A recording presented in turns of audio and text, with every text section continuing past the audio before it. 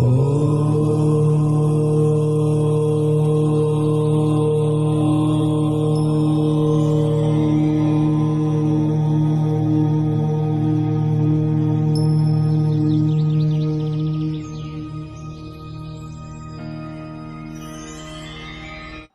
मित्रों, आप सभी का ज्योतिष शिक्षण कार्यक्रम में बहुत बहुत स्वागत है।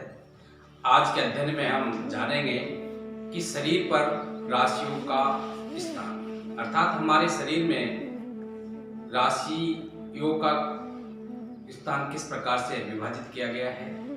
जैसा कि हम जान चुके हैं कि हमारे शरीर का निर्माण 9 ग्रहों की रश्मियों के द्वारा होता है, जिसमें से 7 ग्रह पिंड प्रदान है, 2 छाया ग्रह है, राहु और केतु।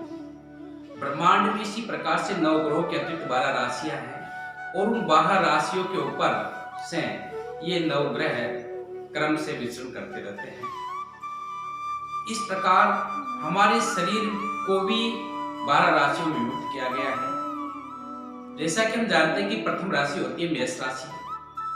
अतः हमारे शरीर में मेष राशि का स्थान हमारा मस्तिष्क का होता है, अर्थात हमारे जो ललाट के ऊपर जो मस्तिष्क होता है वो मेष राशि, अर्थात ये मेष राशि का स्थान होता है।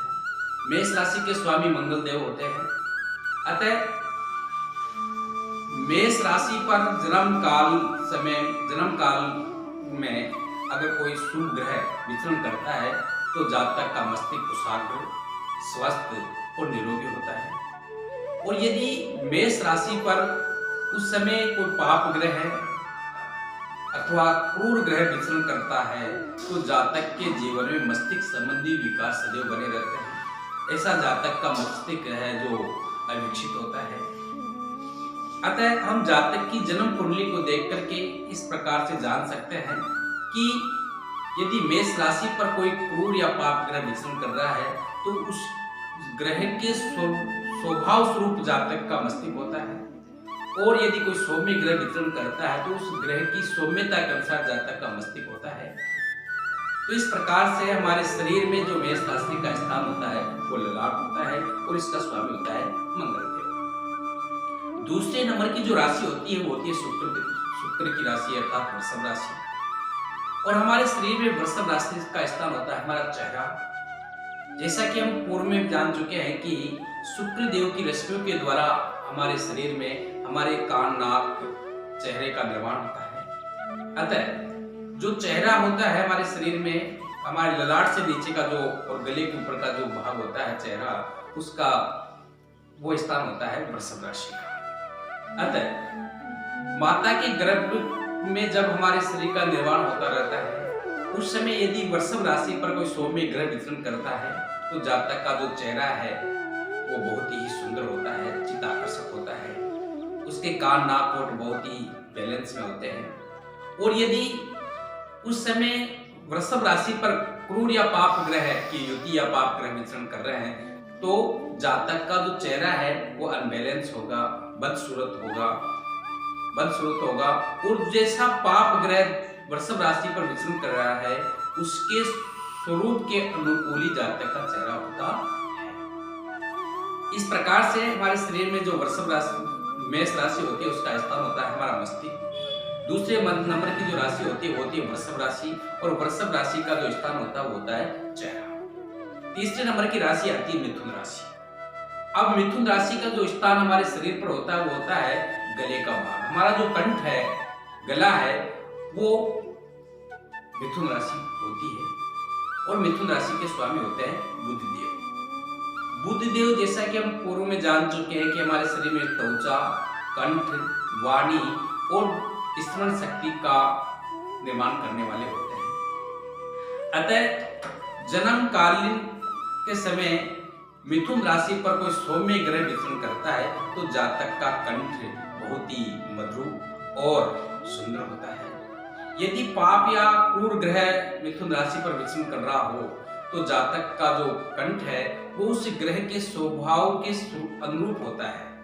कुल मिलाकर के अगर सौम्य ग्रह तत्कालीन समय मिथुन राशि पर विचरण कर रहा है तो जातक का जो कंठ है बहुत ही मधुरभाषी होगा, उसकी गर्दन बहुत ही सुंदर होगी और वाणी में मधुरता व स्वरों का तालमेल बहुत ही सुंदर होता है। यदि कोई पाप या पापी ग्रह या क्रूर ग्रह विचरण कर रहा हो तो उसकी वाणी में उस ग्रह का स्वभाव स्पष्ट रूप से परिलक्षित होता है। जैसे मान लीजिए किसी जातक की जन्म कुंडली के मिथुन राशि पर सूर्य देव विद्यमान है, तो ऐसी जातक की वाणी ओजस्वी होगी, कठोर होगी।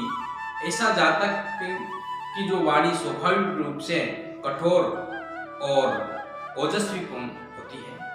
यदि उस समय शुक्र देव विद्यमान हो तो ऐसे जातक की वाणी बहुत ही सुंदर होगी, उसके स्वर अच्छे होंगे और ऐसा जातक बहुत ही प्रेम भरे गाने का शौकीन होता है।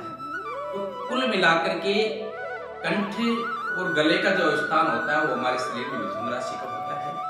और जन्म समय में मिथुन राशि पर अगर सौम्य ग्रह विद्यमान होते हैं तो जातक का जो गला कंठ की सुंदरता है उस ग्रह के स्वभाव के अनुरूप होती है। यदि पापी या क्रूर ग्रह विद्यमान है तो जातक का कंठ और जो वाणी है वो भी अविकसित या परेशानी से युक्त होती है। इस प्रकार से जैसा कि हम जान चुके हैं कि वृषभ जो मेष राशि है उसका स्थान हमारा मस्तिष्क होता है। दूसरे नंबर की राशि वृषभ होती है, वो उसका स्थान हमारे शरीर पर चेहरे पर होता है। तीसरे नंबर की राशि जो मिथुन होती है उसका स्थान हमारे गले पर होता है। अब चौथे नंबर की जो राशि होती है वो होती है कर्क राशि। कर्क राशि के स्वामी होते हैं चंद्रदेव और हमारे शरीर पर जो कर्क राशि का स्थान होता है वो होते हैं हमारे फेफड़े, अर्थात हमारी जो छाती का पोर्शन होता है, हमारे जो फेफड़े होते हैं वो कर्क राशि होती है। जैसा कि हम पूर्व में जान चुके हैं कि चंद्रदेव हमारे मन, हमारी श्वेत रक्त कणिकाएं, हमारे फेफड़े का निर्माता होते हैं। इस प्रकार से यदि जन्म काल समय में कर्क राशि पर कोई सौम्य ग्रह विचरण कर रहा हो तो जातक के फेफड़े और छाती अच्छी होती है। कोई क्रूर या पाप ग्रह उस समय विचरण करता है तो जातक के जीवन में छाती की बीमारियां, फेफड़ों की या श्वास संबंधी तकलीफें तथा हमारा जो मन है वो हमेशा सदैव चिंतित रहने वाला होता है। इस प्रकार से जन्म कुंडली में चंद्रदेव के पीड़ित होने पर हमारी जो छाती, हमारे जो फेफड़े, हमारे जो मन है वो पीड़ित होता है। इस प्रकार से हमारे शरीर पर जो छाती का जो स्थान होता है, हमारे जो फेफड़े का स्थान होता है वो कर्क राशि होती है। और यदि जन्म कुंडली में कर्क राशि पीड़ित होती है या चंद्रदेव पीड़ित होते हैं तो उसी के तदनुरूप हमारे जो छाती या जो फेफड़ों का स्थान होता है वो पीड़ित होता है। अब इस प्रकार से जो 5वें नंबर की राशि है वो होती है सिंह राशि।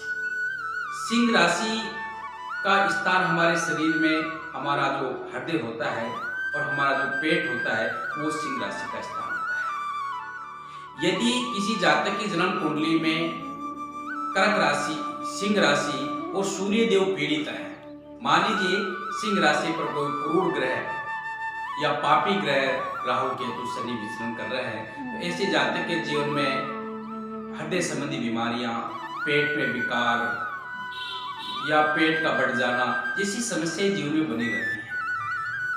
और यदि कोई सौम्य ग्रह सिंह राशि पर विद्यमान है तो जातक का जीवन में पेट के रोग कभी नहीं होंगे, हार्ट संबंधी समस्याएं कभी नहीं होगी।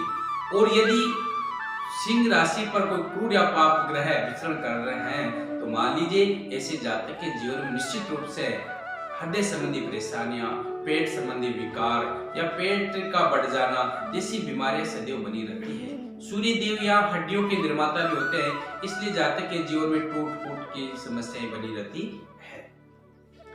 इस प्रकार से हमारे शरीर में जैसा कि हम जान चुके हैं कि मेष राशि का स्थान मस्तिष्क पर होता है, वृषभ राशि का स्थान हमारे चेहरे पर होता है, मिथुन राशि का स्थान हमारे कंठ पर होता है, गले पर होता है, हमारी छाती पर कर्क राशि होती है और पेट और हृदय का जो भाग होता है वो सिंह राशि का होता है। अब इस प्रकार से जो 6ठे नंबर की राशि होती है वो होती है कन्या राशि और कन्या राशि के स्वामी होते हैं बुधदेव। अतः हमारे शरीर में जो आंतों का स्थान होता है, हमारी जो आंतें होती है वो कन्या राशि के भाग में आते हैं, अर्थात हम आते के जो स्थान हमारी जो आते होती है वो कन्या राशि होती है। अतः यदि जन्म काल के समय में कन्या राशि पर कोई क्रूर ग्रह या पापी ग्रह विचरण करता है तो जातक के जीवन में आते संबंधी या आतो संबंधी बीमारियां सदैव बनी रहती है। और यदि सौम्य ग्रह कन्या राशि पर विचरण कर रहे होते हैं तो जातक को जीवन में आतो संबंधी कभी भी कोई समस्या नहीं रहती है। इस प्रकार से कन्या राशि का जो स्थान होता है वो आतों के ऊपर होता है। यदि कन्या राशि पीड़ित होती है तो जातक को आतों से संबंधित बीमारियां, अपच की समस्याएं सदैव बनी रहती है। ऐसे जातक के जीवन में आंतों में छेद हो जाना या आंतों का संतुलन बिगड़ जाना, ऐसी समस्याएं बनी रहती है यदि कन्या राशि पर कोई क्रूर या पाप ग्रह विचरण कर रहा होता है। इसी क्रम में जो 7वें नंबर की राशि होती है वो होती है तुला राशि। अब तुला राशि के स्वामी भी शुक्रदेव होते हैं। अतः हमारे शरीर में जो हमारे गुप्तांग होते हैं वो तुला राशि का स्थान होता है। अतः यदि जन्म पत्रिका में तुला राशि पीड़ित होती है या तुला राशि के स्वामी शुक्रदेव पीड़ित होते हैं तो जातक के जीवन में गुप्तांग संबंधी बीमारियां, नपुंसकता जैसी समस्याएं आ जाती है। यदि तुला राशि स्ट्रांग हुई या शुक्रदेव जन्म कुंडली में अच्छे हैं या तुला राशि पर अच्छे ग्रहों का विचरण हो रहा है तो जातक के जीवन में जो गुप्तांग संबंधी समस्या है कभी भी नहीं होती है और जातक का जो ग्रस्त जीवन है वो बहुत ही सरलता से और सौम्यता से व्यतीत होता है। इस प्रकार से अगली जो 8वें नंबर की राशि होती है वो होती है वृश्चिक राशि। वृश्चिक राशि के स्वामी होते हैं मंगल देव। अतः हमारे शरीर पर जो वृश्चिक राशि का स्थान होती है हमारे गुदा, अर्थात हमारे जो गुदा का स्थान होता है वो होती है वृश्चिक राशि। यदि वृश्चिक राशि पर कोई क्रूर या पापी ग्रह विचरण करता है या वृश्चिक राशि पीड़ित होती है तो जातक को बवासीर, वसा, रक्त का गिरना जैसी बीमारियां बनी रहती है। यदि वृश्चिक राशि पर सौम्य ग्रह विचरण कर रहे होते हैं तो जातक को गुदा संबंधी किसी भी प्रकार की कोई समस्या नहीं होती है। यदि वृश्चिक राशि पीड़ित होती है तो जातक को गुदा संबंधी बवासीर, बगंदर जैसी बीमारियां सदैव बनी रहती है। 90वें नंबर की जो राशि होती है वो होती है धनु राशि और हमारे शरीर पर धनु राशि का स्थान होता है हमारी कमर का भाग, अर्थात जो हमारी कमर का भाग होता है वो धनु राशि होती है। यदि धनु राशि पीड़ित होती है तो जातक के जीवन में कमर संबंधी समस्याएं सदैव बनी रहती है। कमर या रीढ़ की हड्डी की जो समस्या है वो सदैव बनी रहती है। यदि धनु राशि पर सौम्य ग्रह विचरण करते हैं तो जातक के जीवन में कमर संबंधी कोई समस्याएं नहीं आती है। कमर की बीमारियां दूर लाखों कोस दूरी रहती है। और यदि धनु राशि पीड़ित होती है उस पर क्रूर ग्रह या पापी ग्रह विचरण कर रहे हैं तो जातक के जीवन में कमर संबंधी समस्याएं सदैव बनी रहती है। अब इस प्रकार से 10वें नंबर की जो राशि होती है वो होती है मकर राशि। मकर राशि के स्वामी होते हैं शनिदेव और मकर राशि का स्थान हमारे शरीर पर होता है हमारी जांघों का स्थान, अर्थात जो जांघें होती है वो मकर राशि होती है। यदि जन्म काल के समय में मकर राशि पर शुभ ग्रह विचरण कर रहे होते हैं तो जातक की जांघें सुडौल और सुसंगठित होती है। यदि क्रूर या पापी ग्रह विचरण कर रहे होते हैं तो जातक की जांघों में विकार होते हैं, जांघों संबंधी समस्याएं जातक की जीवन में बनी होती है। अगली जो राशि होती है वो होती है कुंभ राशि और कुंभ राशि की जो स्थान होता है वो हमारे शरीर के गोडे, घुटने और जो पिंडलियां होती है वो कुंभ राशि होती है। कुंभ राशि होती है और जातक के जीवन में यदि कुंभ राशि पीड़ित हुई तो हमारी जो पिंडलियां हैं उनसे संबंधित समस्याएं बनी रहती है। और यदि कुंभ राशि पर सौम्य ग्रह विचरण कर रहे हैं, स्ट्रॉन्ग स्थिति में कुंभ राशि होती है तो जातक के जीवन में कभी भी पिंडलियां संबंधी कोई समस्या या रोग नहीं होते। अंतिम जो राशि होती है 12वें नंबर की जो राशि होती है वो होती है मीन राशि और मीन राशि के स्वामी होते हैं गुरु बृहस्पति। अतः हमारे शरीर में जो हमारे पंजे अर्थात जो हमारे चरण होते हैं वो होता है मीन राशि का स्थान। अतः यदि लगन पत्रिका में हमारी लगन पत्रिका में मीन राशि पर कोई सौम्य ग्रह विचलन कर रहा हो या सौम्य ग्रह विद्यमान है तो हमारे पैर हमारे जो चरण होते हैं वो बहुत ही सुंदर और आकर्षक होते हैं। यदि कोई क्रूर या पापी ग्रह मीन राशि पर विद्यमान हो तो ऐसे जातक के पैर बहुत ही अनबैलेंस के बड़े बड़े या दिखने में अच्छे नहीं लगते हैं। और ऐसे जातक के जीवन में जिस जातक की जन्म कुंडली में मीन राशि पर क्रूर ग्रह या पापी ग्रह विचरण कर रहा हो तो ऐसे जातक के पैरों में या चरणों में बहुत ही समस्याएं बनी रहती है। और यदि मीन राशि जन्म कुंडली में स्ट्रॉन्ग होती है तो जातक के पैर बहुत ही सुडौल सुसंगठित और ऐसे जातक के जीवन में पैरों में या चरणों संबंधी कोई समस्याएं कभी भी नहीं बनती है।